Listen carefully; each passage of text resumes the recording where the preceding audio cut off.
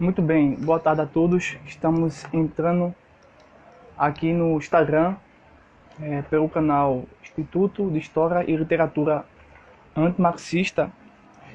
Para quem não me conhece, eu sou Luciano Firmino. Eu tenho formação na área de Teologia pela FATIM. Atualmente estou estudando História na Uniaselv. Possuo dois canais no YouTube. Também sou escritor de livros como Comunismo e Ateísmo. E estou no projeto para escrever o terceiro livro, com muito sacrifício, a respeito também do comunismo, mas envolvendo a batalha do Ocidente contra as ideologias, né, que vêm do Oriente, né, em especial o globalismo, o comunismo propriamente dito e o islamismo, além de trazer elementos como de problemas éticos, como o aborto, que eu vou passar aqui um pequeno fio. Haja vista já ter diversos conteúdos, não só no meu canal, mas em vários canais conservadores, e é um tema já demasiado, todo mundo já sabe refutar, eu não vou trazer nada de novo, né? Já existem diversos argumentos contra os que defendem o aborto, né? O grande problema é que ainda não se conseguiu destronar esse tipo de ativismo que ocorre dentro do direito, né, da questão jurídica, né? Não se conseguiu ainda realmente resolver esse problema, esse caos. Quero dar uma boa tarde aí a Marcos. Cadê Sena? Boa tarde pro senhor, viu? Prazer ter você aqui.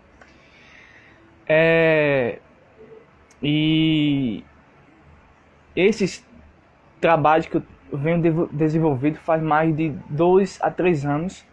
É um trabalho independente, não existe nenhuma ligação até então de algum organismo que venha financiar esses projetos que eu desenvolvo aqui em Pernambuco. Não no momento, é um trabalho independente, né? É um trabalho que visa apenas conduzir, né, ser apenas o veículo que vai estar conduzindo o conservadorismo sem exatamente torná-lo uma ideologia, né? Eu tenho consultado alguns livros que eu pesquiso em vários setores, não somente dentro do meu aspecto teológico, filosófico e histórico, mas de outras correntes. Então o tema é muito interessante, né? A questão da nova ordem mundial e o feminismo tem um certo relacionamento entre ambos, no sentido de quererem modificar a sociedade através de uma manipulação, né, da linguagem, né? Primeiro, a linguagem é mudada. Também é interessante notar que os defensores do aborto, eles não exatamente vão com pautas políticas em cima de um determinado caso, certo? Eles vão em cima de uma pessoa, de uma mulher no caso, através de sentimentalismo, do emocional, né, do compadecimento. Então eles criam toda uma argumentação psicossocial sobre um determinado caso, porque existem vários casos de aborto, né? Não é um tema exatamente simples e fácil, é um tema profundamente complexo. Simplesmente ser contra o aborto é interessante, mas vamos ajudar as pessoas a mulher que passa por uma tragédia, um trauma como esse, profundo, e não é muito fácil não. Precisa de todo um elemento, até mesmo psicológico, espiritual. Então eles conseguem desse modo. Depois é que eles conseguem doutrinar essas pessoas a conduzi-las a um movimento social, de pautas de minorias, e assim conduzir sob um falso axioma no direito das mulheres. E tudo nós sabemos que é um engano total.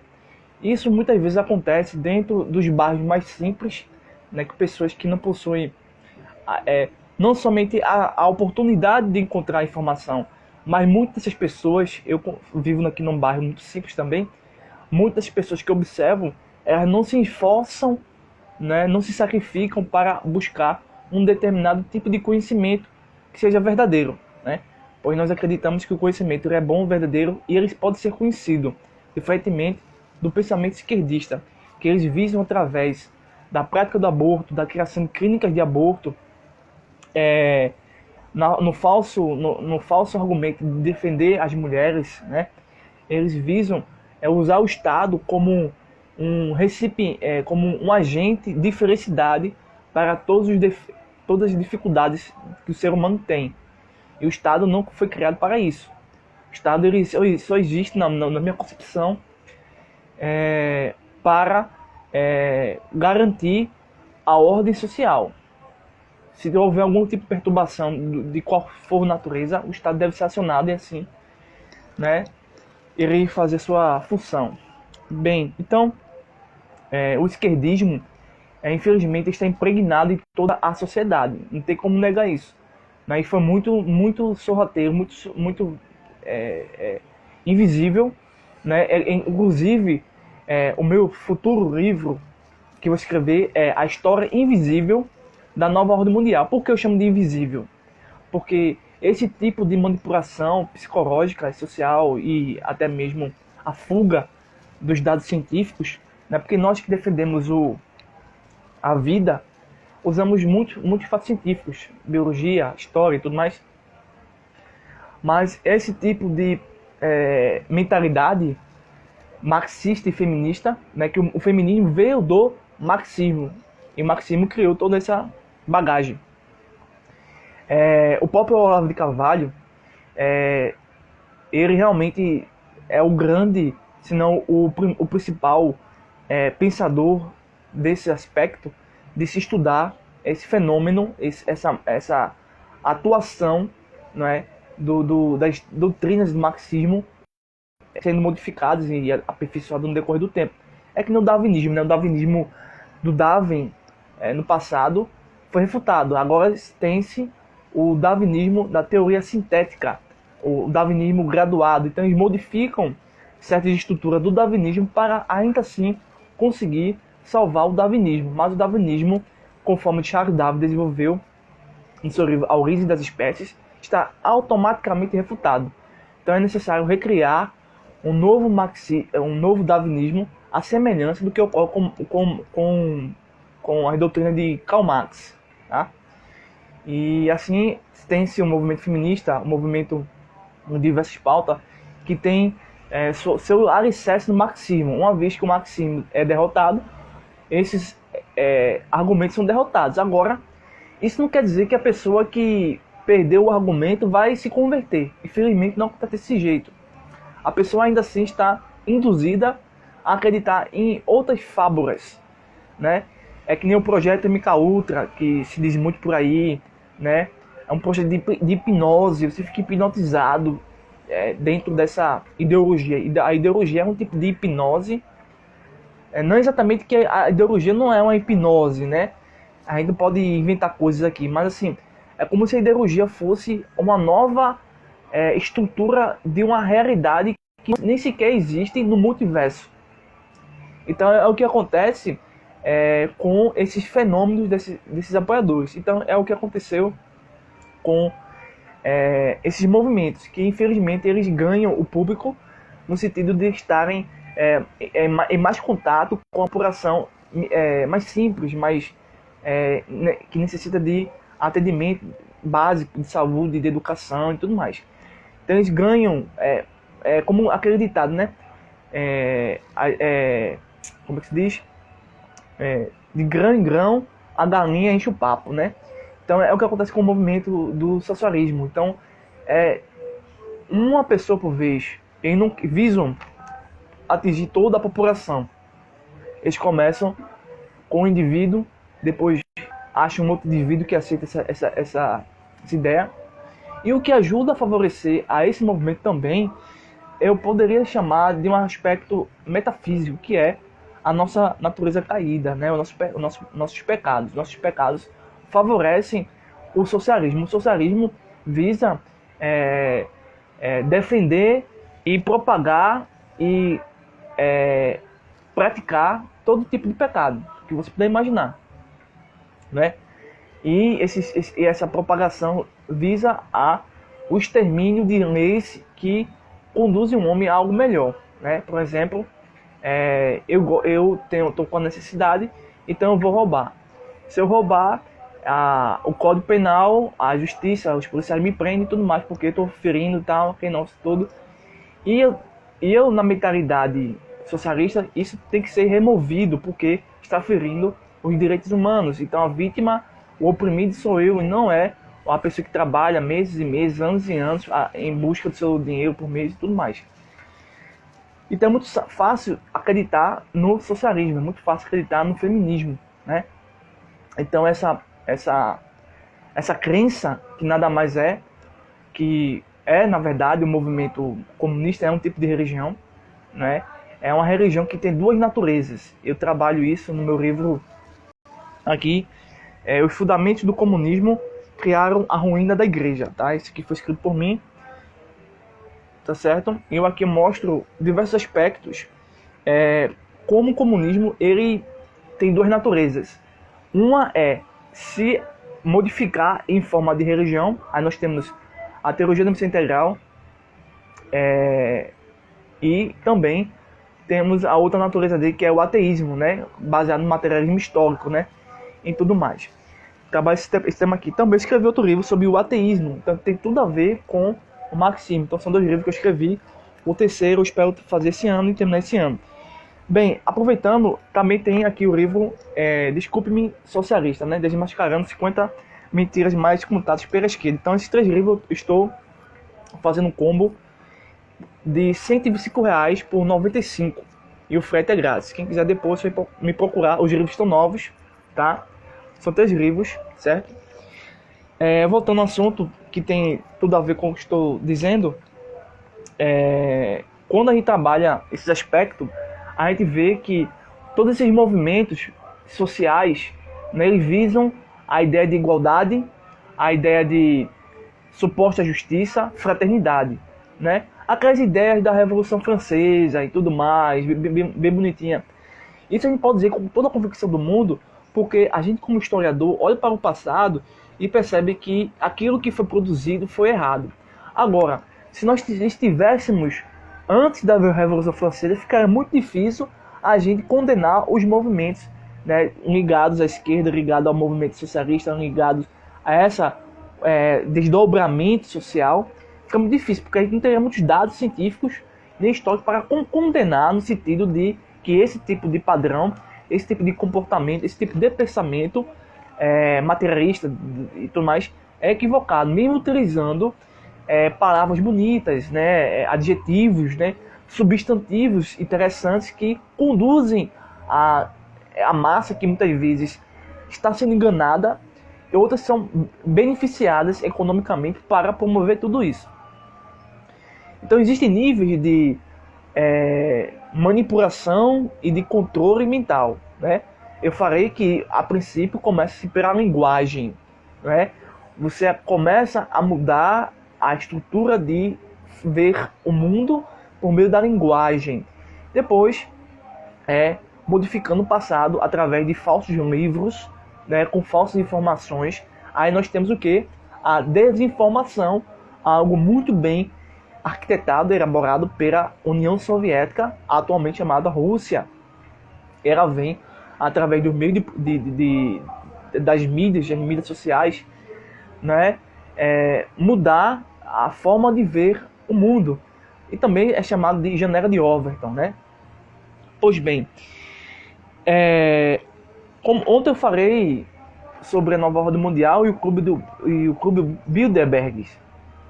Eu estava citando trechos do livro A Introdução à Nova Ordem Mundial, do Alexandre Costa, um escritor muito interessante. Eu disse que nem tudo que a gente está lendo, estudando, a gente tem que concordar 100%, certo? Mesmo a gente sendo antimarxista. Assim, na minha opinião, o único livro que nós devemos concordar 100% é a Bíblia. Nenhum desses livros aqui, eu tenho que ser obrigado a concordar com eles em tudo. Não, tem coisa aqui que rapaz, fala assim mesmo, não sei, né? Vamos pesquisar mais. Então, assim, essa é uma dica que eu dou a vocês para não cair até mesmo no fanatismo, cair até mesmo sem perceber, em um outro tipo de ideologia, produzir uma ação, né, que aparentemente era benéfica em algo errado, tipo criar uma ideologia através dessa contra-argumentação, por exemplo, do aborto, por exemplo, tá? Um abraço aí, o pessoal que tá entrando agora, é muito bom vocês aqui, tá? Deixa eu ver aqui. Eriadix, Daurinha, Jorge, Borges, Santos de Oliveira, Bandeira, Regivan de Souza. Obrigado, gente. Obrigado aí. É um prazer, viu? Obrigado pela força. Então, vocês estão me conhecendo agora, né? Um trabalho independente, um trabalho caseiro, né? Vocês podem observar que o trabalho caseiro. Eu tô aqui com uma amarração que segura meu smartphone. Quem quiser, depois posso mandar no seu direct. É toda eu botei um cordão, pendurei um relógio aqui. É tudo caseiro, não tem nada tecnológico, tá? Bem simples o ambiente. Mas ele é feito para transmitir conhecimento a vocês que precisam e queiram assim encontrar, tá? Bem, então o Alexandre Costa escreveu bastante livros. Depois vou comprar alguns, eu tenho já um aqui, estou lendo em PDF, e esse em PDF é justamente esse sobre a nova ordem mundial.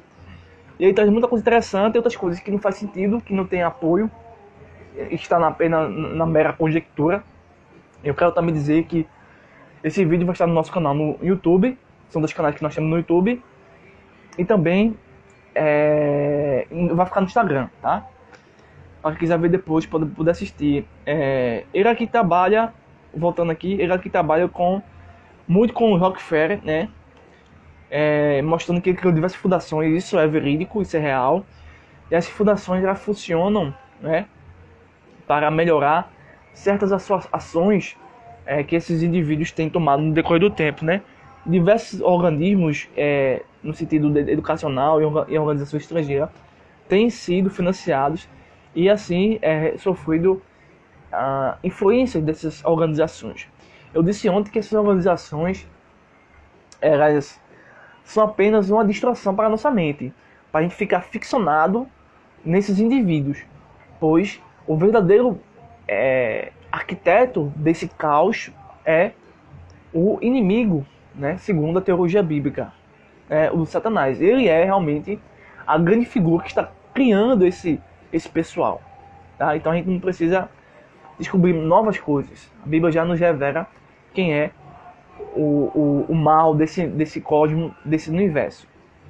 Mas é interessante a gente descobrir que existem pessoas que servem a eles. Então, o Alexandre Costa e a Christine, o nome dela talvez me esqueço. Ela escreveu Os Donos do Mundo e a Verdade sobre a Pandemia. Ela diz sempre que essas organizações, principalmente os Rockefeller, estão intimamente conectados à maçonaria. Isso é uma verdade.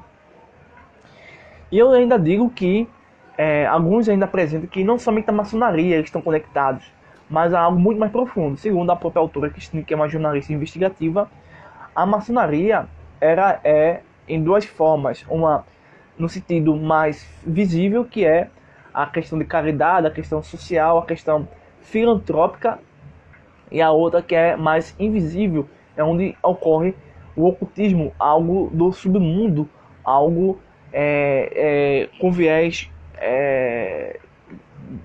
podemos dizer até de demoníaco, né? Então existem duas maçonarias que se fundem e se apresentam como uma só. A mais visível é a comum, aquela que convida pessoas para entrar no seu meio, e a outra é aquela que é mais específica, que lida com aspectos muito mais sobrenaturais. Os Rockefellers estão muito envolvidos nisso. Ele diz aqui que as sociedades secretas tiveram início após a Reforma Protestante. É a visão dele, certo? Porque, na verdade, ele vai dizer lá embaixo que certas sociedades secretas surgiram muito antes da Reforma. Então, ele meio que não consegue focar em um ponto da história. Na verdade, grandes sociedades secretas, principalmente a maçonaria, elas vão surgir no Egito Antigo e na Babilônia, muito antes da Reforma Protestante, muito antes da Idade Medieval, da Idade Média e tudo mais. Isso é normal, isso é tranquilo. Bem, e essas sociedades, elas não começam automaticamente autoconscientes, né? Não são organizações que já estavam preparadas para assumir o controle mundial. Não havia tecnologia, não havia todo esse papel, todo esse trabalho. O Alexandre Costa, ele apresenta outras coisas relacionadas a esse domínio das sociedades, né? Eu achava interessante ele ter trabalhado outros aspectos, mas como eu sou... porque, na verdade, o Alexandre Costa ele está trabalhando muito mais com o fenômeno do globalismo, né, de uma nova ordem mundial, que são os banqueiros, que são os capitalistas que se tornaram metacapitalistas através também de manipulação. Por outro lado, eu trabalho muito mais com o comunismo, então há um pouco de confusão assim, mas ambos se somam. Aqui no meu livro Comunismo, eu digo que existe mais de 40 estratégias que estão sendo programadas no decorrer do tempo para estabelecer todo o globo terra na submissão de pautas esquerdistas, tá? Submissas à Rússia e talvez a China, mas muito mais a Rússia, né? A questão. Então, ele já traz outras informações que somam também. Então, ele aqui vai dizer mais coisas. Ele vai trabalhar a questão dos socialistas fabianos, né? E ele vai dizer também que surgiu perto da época do rei Herodes Antipas, né? Interessante. Interessante essa informação que ele traz. Também ele vai falar sobre os Illuminati, né? Foi criado por um ex-jesuíta, Adam Weishaupt.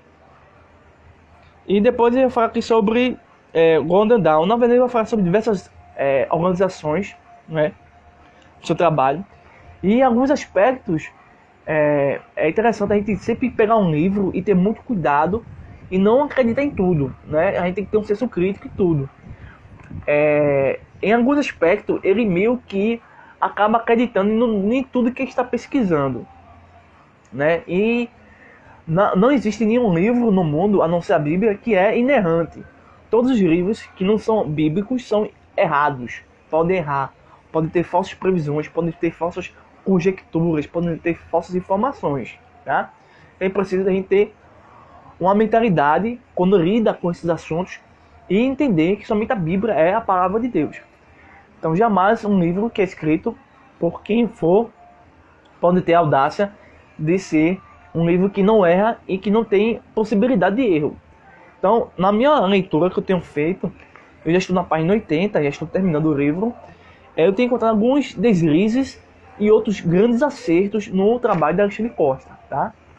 Inclusive, para quem sabe, ele esteve até no Itamaraty dando palestras, então realmente um cara tem peso. Mas nem tudo que eu digo assim, nem tudo que brilha que reluz é de ouro, né? Então a gente precisa ter bastante cuidado, né? Não sei se vocês conhecem a história da Bíblia, que existia na época, no primeiro século, os cristãos de Bereia, que quando os discípulos de Cristo diziam qualquer coisa, eles conferiam para ver se aquilo era conforme o que estava dito. Então a gente precisa fazer isso. Também fala sobre as famílias bilionárias, tá? Então ele fala sobre uma série de coisas. Também fala sobre a ONU. E depois retorna para o Rockefeller. E consequentemente sobre o Clube Bilderberg, que foi fundado em 1954, né? Então é interessante o trabalho dele, tá? Pois bem, então o que acontece agora? Isso foi apenas um pedaço da nossa conversa para entender que o movimento feminista também simpatiza-se com esse tipo de controle de população. Quanto mais abortos existirem, menos vidas vão existir na sociedade. E é justamente isso que essas sociedades, segundo Alexandre Costa, querem: uma redução da população. Então, há diversos fatores que conduzem a esse mecanismo, né? Um deles é o aborto, né? As clínicas de aborto. Então, isso serve muito a essas ideologias do globalismo, tá? Então, o feminismo tem certo papel que conduz ao movimento globalista. Quero mandar também um abraço ao professor de geografia Ferro, que entrou agora, Flávio Ferro, né? Também ao amigo Alessandro Castro Correia, tá bom? Aí um abraço para vocês, muito bom. A gente tá falando sobre a nova ordem mundial e o movimento feminista. Alguns eu consigo acenar, outros não sei porquê. Enfim. Pois bem, quando a gente fala sobre a questão que eles estão conectados à nova ordem mundial, esse é fato, né? É como se fosse uma ramificação, né? Marx foi a grande árvore que criou várias ramificações e deu origem a diversas ideologias, até mesmo antagônicas entre si, né? Cada um tem um elemento de Marx e ao mesmo tempo deixa outros elementos, né? Você vai ver a própria escola de Frankfurt, a escola de Chicago, nos Estados Unidos da América. As Frankfurt da Alemanha absorve e defende mais o comunismo do que a escola de Chicago, que defende mais os globalistas. Então, são três poderes, né? O islamismo, o globalismo e o comunismo, que têm a mesma visão de mundo, assim, de dominação, de subjugação, mas ao mesmo tempo são poderes que rivalizam-se entre si pela conquista mundial. Já esses pessoal aí do globalismo, eles são mais ocultos. O pessoal do comunismo e do islamismo, eles são mais visíveis, né? Isso é uma coisa interessante ser notada. Bem, depois que o nível de dominação mental acontece, né, você fica percebendo que as pessoas que estão passando por você, elas não estão mais no mundo. Os indivíduos que estão passando por você não estão mais no mundo. São pessoas que estão em um ambiente de terror. Uma pessoa que absorve realmente as teses de Marx, né? Eu tenho aqui o Capital, não sei se você acha o Capital. A tese de Marx tá aqui o Capital. O Capital. Eu tenho aqui também manifesto do Partido Comunista. Tem um bocado de coisa aqui, tá? Materialismo dialético, os conceitos que Marx desenvolve também. Muita coisa, bastante coisa. Então, quando essas pessoas absorvem tudo isso de fato, de verdade, elas estão num ambiente de terror, porque para elas o capitalismo, o Ocidente, não é um mundo que elas querem. Então elas estão em um ambiente de terror. Tudo que gira em torno do cristianismo, da filosofia grega, do direito romano, de assim, por exemplo, um exemplo para ficar melhor. Um indivíduo mata uma pessoa e o Código Penal, a Constituição, condena essa pessoa através de um juiz, através de provas e tudo mais, e conduz ele a um jardim de infância, não, e conduz ele a uma cadeia, a uma penitenciária, onde ele vai pagar algo. Então essa estrutura penitenciária é algo ruim na visão dos socialistas, né? Aí eu pergunto, se eles acreditassem em Deus, Deus não criou uma prisão, Deus criou o próprio inferno, que é pior do que a prisão, né? Se na prisão você consegue se libertar e sair, não no inferno, se você chegou, acabou para você. Mas se eles acreditassem em Deus, de fato, há outros que acreditam em Deus, mas são como se eles criassem duas personalidades em um indivíduo, né?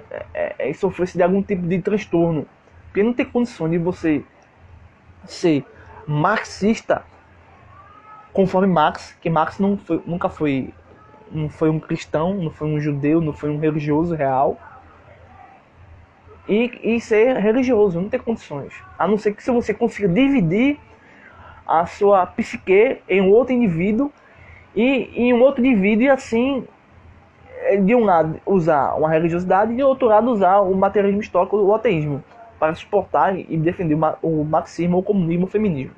Não existe possibilidade disso, assim, no mundo real. Apenas se você tiver algum tipo de distúrbio, né, criar diversas personalidades em si, e assim, acreditar no socialismo, né? Então, quando essas pessoas passam por aí, elas, não vou dizer todas, mas observe que essas pessoas elas já começam a entrar nesse ambiente depois que são enganadas. Depois que elas são enganadas, elas passam a colher, conscientes ou inconscientes, determinados temas e também determinados escolhas e acepções éticas. Então, depois que ela faz uma escolha ética, por exemplo, uma esquerdista que defende o aborto, ela fez uma escolha ética. Qual foi a escolha ética dela? Ela pode ter escolhido o quê? O relativismo. Ela vai relativizar a vida humana. Ela vai relativizar, não é, os direitos humanos. Ela vai relativizar a realidade. Ela vai relativizar tudo e a todos para defender o que ela quer defender, não é? Enquanto, na verdade, quem defende o relativismo não pode tornar o relativismo uma verdade absoluta, porque o próprio relativismo perde sua força motriz. É uma contradição. Uma pessoa que faz uma escolha ética, vamos supor que a escolha ética seja o cristianismo, né? Por exemplo, você escolhe o cristianismo como sua opção ética de ver o mundo. Tipo assim, eu não vou adulterar porque a Bíblia condena. Não é porque eu acho, porque eu acredito, porque eu penso, porque eu sonhei, porque eu vi um filme, porque alguém me disse. Não tem nada a ver com essas estruturas sociais, né, e nem jurídicas, e sim a ver com o sentido metafísico que faz parte de todo ser humano. Que diz que adultério é errado, que diz que roubo é errado, que diz que, sabe? Então, são coisas éticas automaticamente distantes uma da outra. Então, uma das pessoas que apoiam o aborto, elas vão fazer escolhas relativistas. Isso é algo comprovado. Outros vão escolher o niilismo, né? Não existe verdade nenhuma. Não existe, nem sequer eu existo, né? É um nível automaticamente muito, muito profundo de absurdidade, do absurdo. Bem, dentro das opções éticas que nós podemos encontrar na academia, nós temos a seguinte: situacionismo é um tipo de opção ética. De uma forma muito simples, o situacionismo, que é uma opção ética, significa o quê? Significa existe somente uma regra universal, uma só regra. Que regra é essa? A gente pode fazer a pergunta: a divina de Marx, a do professor de história, a do socialismo, a da direita, a da esquerda? Qual regra universal é essa? É o dos direitos naturais, dos direitos civis, dos direitos constitucionais. Que regra universal é essa? Também temos o antinomianismo, que vai dizer o quê? Que é uma opção ética. Não existe leis, não existe regras nenhuma. Temos o generalismo, que vai dizer que não existem leis universais, não existem regras universais. Temos o absolutismo não qualificado, que é um tipo de opção ética. Diz assim: existem muitas leis não conflitantes. Pode existir coisas que são contraditórias, mas não se conflitam, né? Também existe uma outra opção ética que as pessoas podem escolher, né? Seja elas de esquerda ou de direita. O absolutismo conflitante diz o quê? Que existem muitas leis conflitantes. As leis são conflitantes, então não tem-se como determinar qual dessas regras é boa para o caso, por exemplo, do aborto. Temos o absolutismo graduado, que existem leis maiores, né?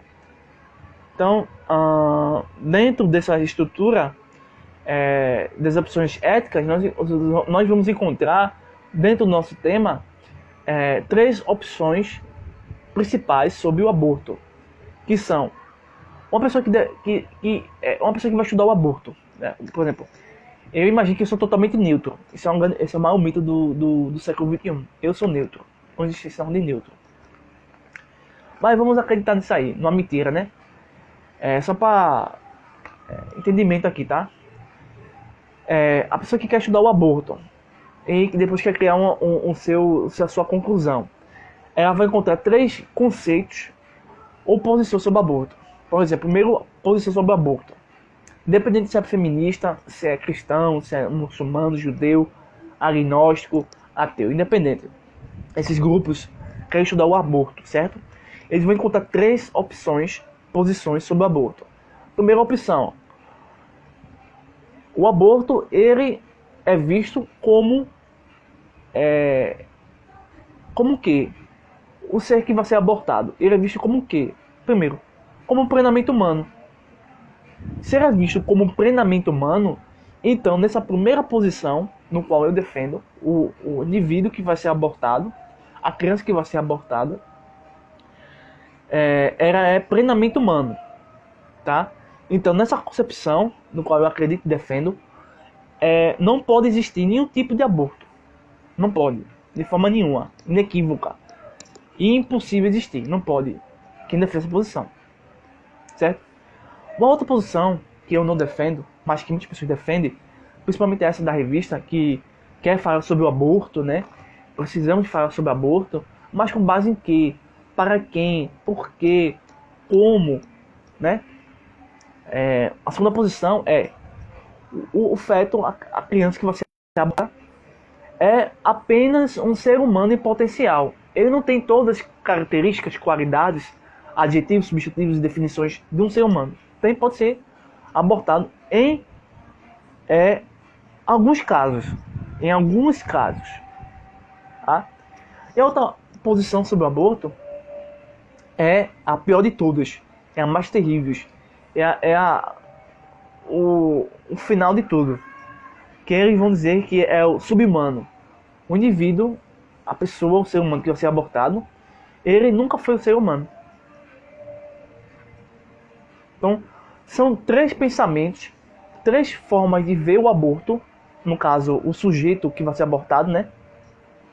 3 formas distintas e diferentes, muito complexas entre si. Até que eu tava vendo aqui a questão do subhumano, realmente esse é o pior de todos. Então, a qualquer hora e a qualquer momento, vamos supor que a mulher engravidou, sabe que está grávida e tal, aí eu não quero mais, pô. Entendeu? A qualquer momento, assim, sem razão nenhuma. Porque não é um ser humano, não é uma pessoa, não é nada. Para se concluir aqui a live de hoje, tá? Eu vou aqui apresentar os principais argumentos, não é? Do subhumano, que é o pior de todos, né? São vários argumentos. Eu só vou citar aqui uns 4 ou 5. São mais de 10. Inclusive, eles citam até a Bíblia para defender esse posicionamento. Então, o que nós vamos encontrar por aí é muito provável que está entre no que eu vou dizer aqui. São mais de 10 argumentos. E desses 10 argumentos, muitos vão criar de tempo em tempo revistas, matérias, artigos, enquetes que vão defender o aborto, né? Nesse sentido de subhumano. Já quem acredita que o feto é um humano em potencial, já tem outro tipo de argumento ou algo semelhante a isso, e até mesmo reduzido. Bem, o primeiro argumento que eles vão apresentar é que o feto ele não apresenta autoconsciência. O feto não tem autoconsciência, né? Então ele diz assim, que nenhum infante no ventre materno é autoconsciente. É a primeira argumentação. Esse aqui é interessante porque eles vão buscar na ciência algum mecanismo que favoreça o aborto. É interessante, até dá para conversar com essas pessoas. Nesse nível, pode ser que você consiga refutá-los apresentando novas e atuais dados científicos que contradizem essa informação. Eu vou dar aqui um outro exemplo onde você não consegue de forma nenhuma combater essas pessoas. Deixa eu pegar aqui. É um argumento que fala sobre que é apenas um aspecto social. Eu poderia dizer isso aqui, ó. É o argumento da Constituição. Eles vão fazer um tipo de ativismo judicial, vão requerer algum tipo de emenda, algum tipo de nova interpretação da Constituição para criar um ativismo e mexer, fazer toda essa ilusão e conseguir o aborto a ser aprovado. Algo mais social, né? E também o argumento no direito da privacidade e no argumento da incapacidade de saber quando a vida começa.